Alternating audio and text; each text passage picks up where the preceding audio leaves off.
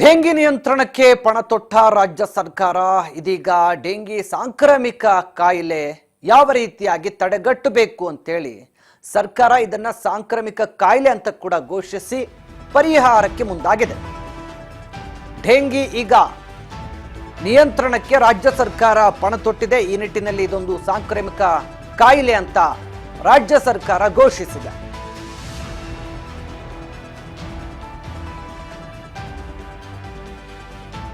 Dengue ಸಾಂಕ್ರಾಮಿಕ ಕಾಯಿಲೆ ಅಂತ ಘೋಷಿಸಿದೆ ರಾಜ್ಯ ಸರ್ಕಾರ.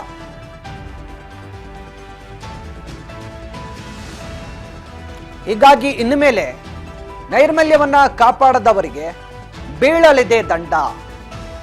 ಸ್ವಚ್ಛತೆಯನ್ನ ಕಾಪಾಡಬೇಕು, ಇಲ್ಲವಾದರೆ ಸರ್ಕಾರ ದಂಡ ವಿಧಿಸುತ್ತೆ. ಸಾಂಕ್ರಾಮಿಕ ರೋಗ ನಿಯಂತ್ರಣ ಕಾಯ್ದೆ 2020ಕ್ಕೆ ತಿದ್ದುಪಡಿಯನ್ನು ತರಲಾಗಿದೆ. ಆಗಸ್ಟ್ 31ರ ಕರ್ನಾಟಕ ಗೆಜೆಟ್ನಲ್ಲಿ ಅಧಿಸೂಚನೆ ಹೊರಡಿಸಲಾಗಿದೆ.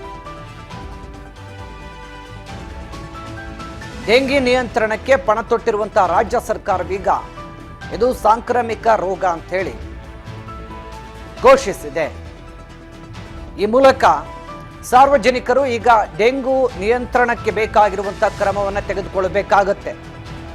ಯಾರಾದರೂ ಬೇಕಾಬಿಟ್ಟಿ ನಡ್ಕೊಂಡ್ರೆ ಅಥವಾ ಸ್ವಚ್ಛತೆಯನ್ನು ಕಾಪಾಡದೆ ಹೋದರೆ, ಸುತ್ತಮುತ್ತ ಸೊಳ್ಳೆಗಳು ಹರಡುವಂತೆ ಏನಾದರೂ ವಾತಾವರಣ ಇದ್ದರೆ ಅಂಥವರಿಗೆ ಅಲ್ಲಿ ದಂಡವನ್ನು ವಿಧಿಸಲಾಗುತ್ತೆ.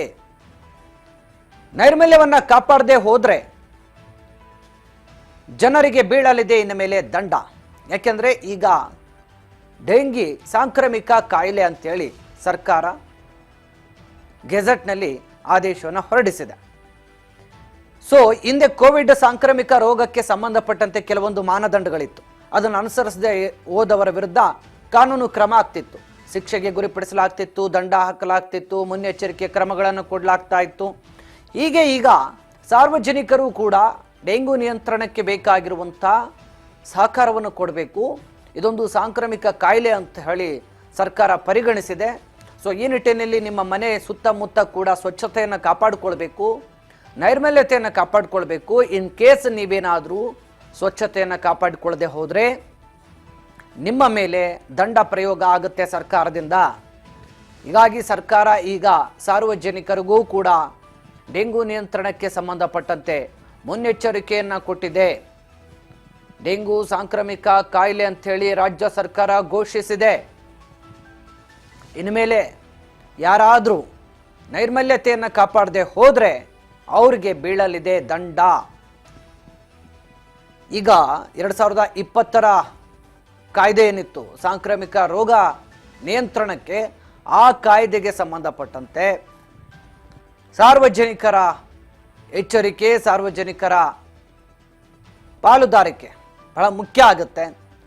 ಸಾರ್ವಜನಿಕರು ಯಾವ ರೀತಿಯಾಗಿ ಸ್ವಚ್ಛತೆಯನ್ನು ಕಾಪಾಡಿಕೊಳ್ಬೇಕು, ಸಾಂಕ್ರಾಮಿಕ ಕಾಯಿಲೆಗಳು ಹರಡದಂತೆ ಸಾರ್ವಜನಿಕರ ಸಹಕಾರ ಹೇಗಿರಬೇಕು, ಒಂದು ವೇಳೆ ಸಾರ್ವಜನಿಕರು ಸಹಕರಿಸದೆ ಹೋದರೆ ಅವ್ರ ವಿರುದ್ಧ ಯಾವ ರೀತಿಯ ಕಾನೂನು ಕ್ರಮಗಳನ್ನು ತೆಗೆದುಕೊಳ್ಬೇಕು, ಅದೆಲ್ಲವನ್ನು ಕೂಡ ಸಾಂಕ್ರಾಮಿಕ ರೋಗ ನಿಯಂತ್ರಣ ಕಾಯ್ದೆ 2020 ಹೇಳುತ್ತೆ. ಸೊ ಹೀಗಾಗಿ ಆ ಒಂದು ಕಾಯ್ದೆಯ ಪ್ರಕಾರ ಈಗ ಸಾರ್ವಜನಿಕರು ಕೂಡ ಸಾಂಕ್ರಾಮಿಕ ಕಾಯಿಲೆ ನಿಯಂತ್ರಣಕ್ಕೆ ಬೇಕಾಗಿರುವಂಥ ಕ್ರಮಗಳನ್ನು ಅನುಸರಿಸಬೇಕಾಗತ್ತೆ. ನಾವೆಲ್ಲ ಕೇಳಿದ್ದೀವಿ, ಕೋವಿಡ್ ಸಾಂಕ್ರಾಮಿಕ ರೋಗ ಇದ್ದಂಥ ಸಂದರ್ಭದಲ್ಲಿ ಮಾಸ್ಕ್ ಹಾಕಿಲ್ಲ ಅಂದರೆ ದಂಡ, ಸ್ಯಾನಿಟೈಸ್ ಆಗಿಲ್ಲ ಅಂದರೆ ದಂಡ, ಮನೆ ಸುತ್ತಮುತ್ತ ಸ್ವಚ್ಛತೆ ಇಲ್ಲ ಅಂದರೆ ದಂಡ, ಕೋವಿಡ್ ಸೋಂಕು ಬಂದು ಹೊರಗೆ ಬಂದರೆ ದಂಡ, ಹಿಂಗೆಲ್ಲ ಇತ್ತು. ಕೆಲವೊಂದು ಏರಿಯಾಗಳನ್ನು ಕ್ವಾರಂಟೈನ್ ಮಾಡೋದು, ಇದೆಲ್ಲ ಕೂಡ ನಾವು ಗಮನಿಸಿದ್ವಿ. ಅದೇ ರೀತಿಯಾಗಿ ಈಗ ಡೆಂಗು ನಿಯಂತ್ರಣಕ್ಕೆ ಬೇಕಾಗಿರುವಂಥ ಕ್ರಮಗಳು ಏನು ಅನ್ನೋದನ್ನು ಕೂಡ ಸರ್ಕಾರ ಸೂಚಿಸುತ್ತೆ. ಅದರ ಅನುಸಾರ ಸಾಂಕ್ರಾಮಿಕ ರೋಗ ನಿಯಂತ್ರಣಕ್ಕೆ ಸಂಬಂಧಪಟ್ಟಂತೆ ಸಾರ್ವಜನಿಕರು ಕೂಡ ಕ್ರಮ ಕೈಗೊಳ್ಳಬೇಕು.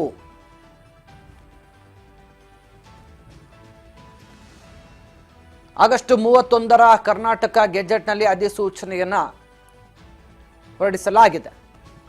ಈ ಬಗ್ಗೆ ಹೆಚ್ಚಿನ ಮಾಹಿತಿಯನ್ನು ಕೊಡ್ತಾ ಹೋಗ್ತಾರೆ ನನ್ನ ಸಹೋದ್ಯೋಗಿ ಹರ್ಷಿತಾ ಪಾಟೀಲ್. ಈಗ ನಮ್ಮ ಜೊತೆ ಫೋನ್ ಸಂಪರ್ಕದಲ್ಲಿ ಜಾಯ್ನ್ ಆಗ್ತಾ ಇದ್ದಾರೆ. ಹರ್ಷಿತಾ ಪಾಟೀಲ್, ಒಂದು ಕಡೆ ಡೆಂಗು ರೋಗ ಒಂದು ರೀತಿ ಸರ್ಕಾರದ ನಿಯಂತ್ರಣಕ್ಕೂ ಸಿಗದೆ ವ್ಯಾಪಕವಾಗಿ ಹರಡುತ್ತಾ ಇದೆ.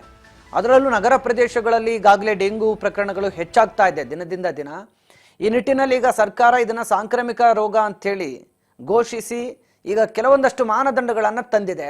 ಏನೆಲ್ಲ ಮಾನದಂಡಗಳನ್ನ ಈಗ ಸಾರ್ವಜನಿಕರು ಪಾಲಿಸಬೇಕು ಈ ವಿಚಾರದಲ್ಲಿ ಅಂತ ಹೇಳೋದಾದ್ರೆ ಹರ್ಷಿತಾ? ಎಸ್ ವಿಜಯ್ ಭಾಸ್ಕರ್, ಇಲ್ಲಿಯವರೆಗೆ ನೋಡೋದಾದ್ರೆ ಡೆಂಗ್ಯೂ ಪ್ರಕರಣಗಳು ದಿನದಿಂದ ದಿನಕ್ಕೆ ಹೆಚ್ಚಾಗ್ತಾ ಇದೆ. ಈಗ ಒಟ್ಟಾರೆಯಾಗಿ ನೋಡೋದಾದ್ರೆ 25,000ಕ್ಕೂ ಹೆಚ್ಚು ಕೇಸ್ಗಳು ಕೂಡ ದಾಖಲಾಗಿರುವಂತದ್ದು. ಹೀಗಾಗಿ ಇದಕ್ಕ ಸರ್ಕಾರ ಈ ಒಂದು ಡೆಂಗ್ಯೂ ನಿಯಂತ್ರಣಕ್ಕೆ ಈಗ ಪಣ ತೊಟ್ಟಿರುವಂತದ್ದು. ಜೊತೆ ಈಗ ಏನು ಕರ್ನಾಟಕ ಎಪಿಡೆಮಿಕ್ ಡಿಸೀಸ್ ರೆಗ್ಯುಲೇಷನ್ ನ ಏನು 2024ರ ಒಂದು ಆದೇಶವನ್ನ ಹೊರಡಿಸಿದೆ. ಈ ಒಂದು ಆದೇಶದ ಪ್ರಕಾರ ಡೆಂಗಿ ನಿಯಂತ್ರಣಕ್ಕೆ ಏನೆಲ್ಲ ಕ್ರಮಗಳನ್ನ ಕೈಗೊಳ್ಬೇಕು ಅನ್ನೋಂಥದ್ದು ಕುರಿತು ಒಂದು ಆದೇಶವನ್ನ ಹೊರಡಿಸಿರುವಂತದ್ದು. ಈ ಒಂದು ಆದೇಶದಲ್ಲಿ ಏನಿದೆ ಅಂತ ನೋಡೋದಾದ್ರೆ, ಈಗ ಸೊಳ್ಳೆಗಳ ಸಂತಾನೋತ್ಪತ್ತಿ ಹೆಚ್ಚಾಗ್ತಾ ಇದೆ. ಈಗ ಮಳೆಗಾಲ ಶುರು ಆಗಿದೆ. ಮಳೆಗಾಲ ಶುರು ಆದಾಗ ಅಲ್ಲಲ್ಲಿ ನೀರು ನಿಂತ್ಕೊಳ್ಳುತ್ತೆ. ಈಗ ಮನೆಗಳಾಗಿರ್ಬೋದು, ಕೆಲವು ಹೋಟೆಲ್ಗಳಾಗಿರ್ಬೋದು, ಈ ರೀತಿಯಾಗಿ ಏನು ಕೆಲವರು ತಮ್ಮ ಮನೆ ಪಕ್ಕದಲ್ಲಾಗಿರ್ಬೋದು, ಈ ರೀತಿ ಚರಂಡಿ ನೀರಲ್ಲಿ ನೀರು ನಿಂತ್ಕೊಂಡು ಸೊಳ್ಳೆಗಳು ಉತ್ಪತ್ತಿ ಆಗ್ತದೆ. ಸೊಳ್ಳೆಗಳ ಸಂತಾನೋತ್ಪತ್ತಿಯ ಒಂದು ನಿಯಂತ್ರಣಕ್ಕೆ ಈಗ ಮೊದಲು ಸರ್ಕಾರ ಒಂದು ಕ್ರಮವನ್ನ ಈಗ ಕೈಗೊಂಡಿರುವಂತದ್ದು. ಈ ಒಂದು ಆದೇಶದಲ್ಲಿ ನೋಡೋದಾದ್ರೆ, ಈಗ ಆಯಾ ಜಾಗದಲ್ಲಿ ಏನು ಮಾಲೀಕರು ಇರ್ತಾರೆ, ಅವರು ಈ ಒಂದು ಸೊಳ್ಳೆ ನಿಯಂತ್ರಣಕ್ಕೆ ಕ್ರಮವನ್ನ ವಹಿಸ್ಬೇಕು. ಒಂದು ವೇಳೆ ಏನಾದ್ರೂ ಅವರು ಕ್ರಮವನ್ನ ವಹಿಸದೆ ಹೋದ್ರೆ, ಕೇರ್ಲೆಸ್ ಅನ್ನ ಮಾಡಿದ್ರೆ ಅವರಿಗೆ ದಂಡಾಸ್ತ್ರದ ಪ್ರಯೋಗವನ್ನ ಕೂಡ ಈಗ ಸರ್ಕಾರ ಹೊರಡಿಸಿರುವಂತದ್ದು. ಏನು ಆ ರೀತಿಯಾಗಿ ಏನಾದ್ರೂ ಕ್ರಮವನ್ನ ಜರುಗಿಸದೆ ಹೋದ್ರೆ ಅವರಿಗೆ 400 ರೂಪಾಯಿ ದಂಡವನ್ನ ವಿಧಿಸೋಕೆ ಈಗ ಸರ್ಕಾರ ಮುಂದಾಗಿರುವಂತದ್ದು. ಈಗಾಗಲೇ ಏನು ಮಳೆಗಾಲ ಶುರು ಆಗಿರೋದ್ರಿಂದ ಡೆಂಗ್ಯೂ ಪ್ರಕರಣಗಳು ಕೂಡ ಹೆಚ್ಚಾಗ್ತಾ ಇದೆ. ಅದ್ರಲ್ಲೂ ಕೂಡ ಈಗ ಮುಖ್ಯವಾಗಿ ಸಿಟಿಯಲ್ಲೂ ನೋಡೋದಾದ್ರೆ ಡೆಂಗ್ಯೂ ಪ್ರಕರಣಗಳು ಕೂಡ ಅಧಿಕವಾಗ್ತಾ ಇದೆ.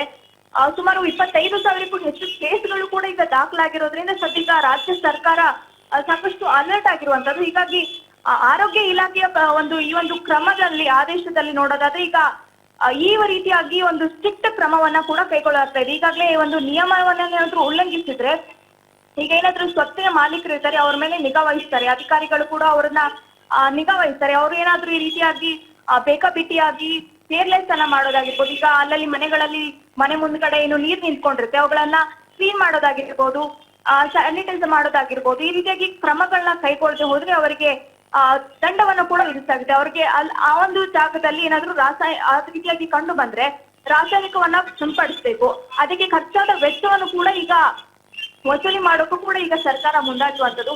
ಈಗಾಗಲೇ ಏನು ಸೊಳ್ಳೆ ಉತ್ಪತ್ತಿ ಆಗುವಂತ ಸ್ಥಳಗಳಲ್ಲಿ ಅಧಿಕಾರಿಗಳು ಕೂಡ ಪರಿಶೀಲನೆ ನಡೆಸೋಕೆ ಅವ್ರಿಗೂ ಕೂಡ ಒಂದು ಸೂಚನೆಯನ್ನ ಕೂಡ ಈಗ ಸರ್ಕಾರ ನೀಡಿರುವಂತದ್ದು. ಈಗ ನಗರ ಪ್ರದೇಶಗಳಲ್ಲಾಗಿರ್ಬೋದು, ಮನೆಗಳ ಹೊರಾಂಗಣಗಳಲ್ಲಾಗಿರ್ಬೋದು, ಗ್ರಾಮಾಂತರದಲ್ಲೂ ಕೂಡ ಈ ರೀತಿಯಾಗಿ ನಿಯಮಗಳನ್ನ ಉಲ್ಲಂಘಿಸಿದ್ರೆ ಅವರಿಗೆ ಕೂಡ 200 ರೂಪಾಯಿ ದಂಡವನ್ನು ಕೂಡ ವಿಧಿಸೋಕೆ ಈಗ ಸರ್ಕಾರ ಮುಂದಾಗಿರುವಂತದ್ದು. ಈಗ ಹೋಟೆಲ್ಗಳಾಗಿರ್ಬೋದು, ಲಾಡ್ಜ್ಗಳಾಗಿರ್ಬೋದು, ರೆಸಾರ್ಟ್ಗಳಾಗಿರ್ಬೋದು, ಪಾರ್ಕ್ಗಳಲ್ಲಾಗಿರ್ಬೋದು, ಮಾರ್ಕೆಟ್ಗಳಲ್ಲಾಗಿರ್ಬೋದು, ಈ ರೀತಿಯಾಗಿ ಏನಾದ್ರೂ ಸ್ವಚ್ಛತೆ ಇಲ್ಲದೆ ಹೋದ್ರೆ ಅವರಿಗೆ ಕ್ರಮಗಳನ್ನ ಕೂಡ ಕೈಗೊಳ್ಳಲಾಗುತ್ತೆ. ಅಧಿಕಾರಿಗಳು ಕೂಡ ಅವ್ರನ್ನ ನೇಮಕ ಮಾಡಲಾಗುತ್ತೆ. ಅಧಿಕಾರಿಗಳು ಕೂಡ ಅಲ್ಲಿ ದಿನನಿತ್ಯ ಪರಿಶೀಲನೆ ಮಾಡ್ತಾರೆ.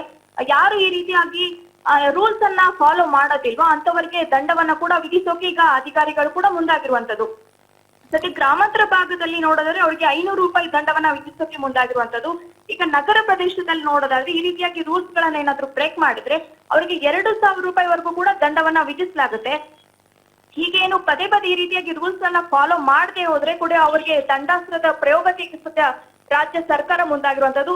ಈಗಾಗಲೇ ಹಲವಾರು ಕಾಯಿಲೆಗಳು ಕೂಡ ಹುಟ್ಟುಕೊಳ್ತಾ ಇದೆ. ಈಗ ಮಂಕಿ ಪಾಕ್ಸ್ ಕೂಡ ಬಂದಿದೆ. ಹೀಗೆ ಒಂದರಾದ ಮೇಲೆ ಒಂದರಂತೆ ಸಾಂಕ್ರಾಮಿಕ ರೋಗಗಳು ಕೂಡ ಹೆಚ್ಚಾಗ್ತಾ ಇದೆ. ಹೀಗಾಗಿ ಈ ಒಂದು ಡೆಂಗ್ಯೂ ಪ್ರಕರಣಗಳು ಹೆಚ್ಚಾಗ್ತಾ ಇರೋದ್ರಲ್ಲಿ ರಾಜ್ಯ ಸರ್ಕಾರ ಕೂಡ ಈ ಒಂದು ಡೆಂಗ್ಯೂವನ್ನ ಸಾಂಕ್ರಾಮಿಕ ರೋಗ ಅಂತ ಹೇಳಿ ಕೂಡ ಒಂದು ಘೋಷಣೆಯನ್ನ ಮಾಡಿರುವಂತದ್ದು. ಸದ್ಯ ಈಗ ಈ ರೀತಿಯಾಗಿ ಕ್ರಮಗಳನ್ನ ಕೈಗೊಳ್ಳೋದ್ರಿಂದ ರಾಜ್ಯ ಸರ್ಕಾರ ಎಲ್ಲೋ ಒಂದ್ ಕಡೆ ಈ ಒಂದು ಡೆಂಗ್ಯೂ ಒಂದು ನಿಯಂತ್ರಣವನ್ನ ಮಾಡಬಹುದು ಅನ್ನುವಂಥದ್ದನ್ನ ಈಗ ಆದೇಶವನ್ನು ಹೊರಡಿಸಿರುವಂತದ್ದು. ವಿಜಯ್ ಭಾಸ್ಕರ್. ಹರ್ಷಿತಾ, ಒಂದು ಈಗ ಸಾರ್ವಜನಿಕರ ಕ್ರಮದ ಬಗ್ಗೆ ಇಲ್ಲಿ ಸಾಕಷ್ಟು ವಿಚಾರಗಳಲ್ಲಿ ಸರ್ಕಾರ ಸೂಚನೆ ಕೊಟ್ಟಿದೆ. ಆದರೆ ಈ ಡೆಂಗು ಪ್ರಕರಣಗಳು ದಿನದಿಂದ ದಿನಕ್ಕೆ ಹೆಚ್ಚಾಗ್ತಾ ಇರೋದ್ರಿಂದ ಜಿಲ್ಲಾಸ್ಪತ್ರೆಗಳಲ್ಲಿ ಏನು ಕ್ರಮ ತೆಗೆದುಕೊಳ್ಬೇಕು ಅನ್ನೋದು ಸರ್ಕಾರಿ ಆಸ್ಪತ್ರೆಗಳಿಗೆ ಏನಾದರೂ ಸೂಚನೆ ಕೊಟ್ಟಿದೆಯಾ? ಹಾಗೂ ಬೆಡ್ಗಳ ಸಂಖ್ಯೆ ಹೆಚ್ಚಿಸುವಂಥದ್ದು ಅಥವಾ ಡೆಂಗು ಪ್ರಕರಣಗಳನ್ನ ಪತ್ತೆ ಹಚ್ಚೋದಕ್ಕೆ ಬೇಕಾಗಿರುವಂತಹ ಏನು ಡೆಂಗು ಪತ್ತೆ ಕ್ರಮಕ್ಕೆ ಸಂಬಂಧಪಟ್ಟಂತೆ ಪ್ರೈವೇಟ್ ಹಾಸ್ಪಿಟಲ್ಗಳಲ್ಲಿ ಮತ್ತೆ ಅಲ್ಲಿ ಚಿಕಿತ್ಸೆಯನ್ನ ಬರೆಸೋದಕ್ಕೆ ಬೇಕಾಗಿರುವಂತಹ ಕ್ರಮಗಳನ್ನ, ಈ ರೀತಿಯಾದ ಕ್ರಮಗಳು ಅಂದ್ರೆ ಸಾರ್ವಜನಿಕರಿಗೆ ಕೈಗೆಟುಕುವಂತ ದರದಲ್ಲಿ ಈ ಚಿಕಿತ್ಸೆಯಿಂದ ಗುಣಮುಖರಾಗಲು ಅವಕಾಶ ಮಾಡಿಕೊಡುವಂತ ಕ್ರಮ ಏನಾದರೂ ತೆಗೆದುಕೊಂಡಿದೆಯಾ ಅಂತ?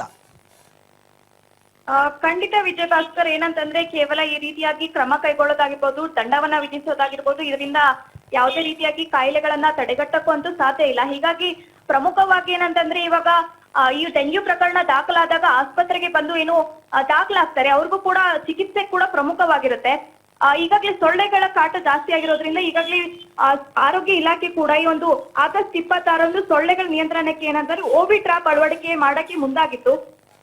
ಜೊತೆ ಈ ಒಂದು ಓವಿ ಟ್ರಾಪ್ ಅಳವಡಿಕೆ ಮಾಡಿದ್ರೆ ಕೆಲವು ಕಡೆಗಳಲ್ಲಿ ಈ ರೀತಿಯ ಒಂದು ಅಂದ್ರೆ ಡೆಂಗ್ಯೂ ಹೆಚ್ಚಾಗ್ತಿರುವಂತಹ ಕಡೆಗಳಲ್ಲೆಲ್ಲ ಕಡಿಮೆ ನಿಯಂತ್ರಣವನ್ನ ಮಾಡಬಹುದು ಅನ್ನೋದು ಕೂಡ ಒಂದು ರಾಜ್ಯ ಸರ್ಕಾರದ ಒಂದು ನಿಲುವು ಆಗಿರುವಂತದ್ದು. ಸದ್ಯ ಈ ಒಂದು ಓವಿ ಟ್ರಾಪ್ ಅಳವಡಿಕೆ ಮಾಡಬೇಕು ಅಂತ ಹೇಳಿ ಈಗಾಗಲೇ ಆರೋಗ್ಯ ಇಲಾಖೆ ಸಚಿವರಾಗಿರುವಂತಹ ದಿನೇಶ್ ಗುಂಡೂರಾವ್ ಅವರು ಕೂಡ ಕೆಲವು ದಿನಗಳ ಹಿಂದೆ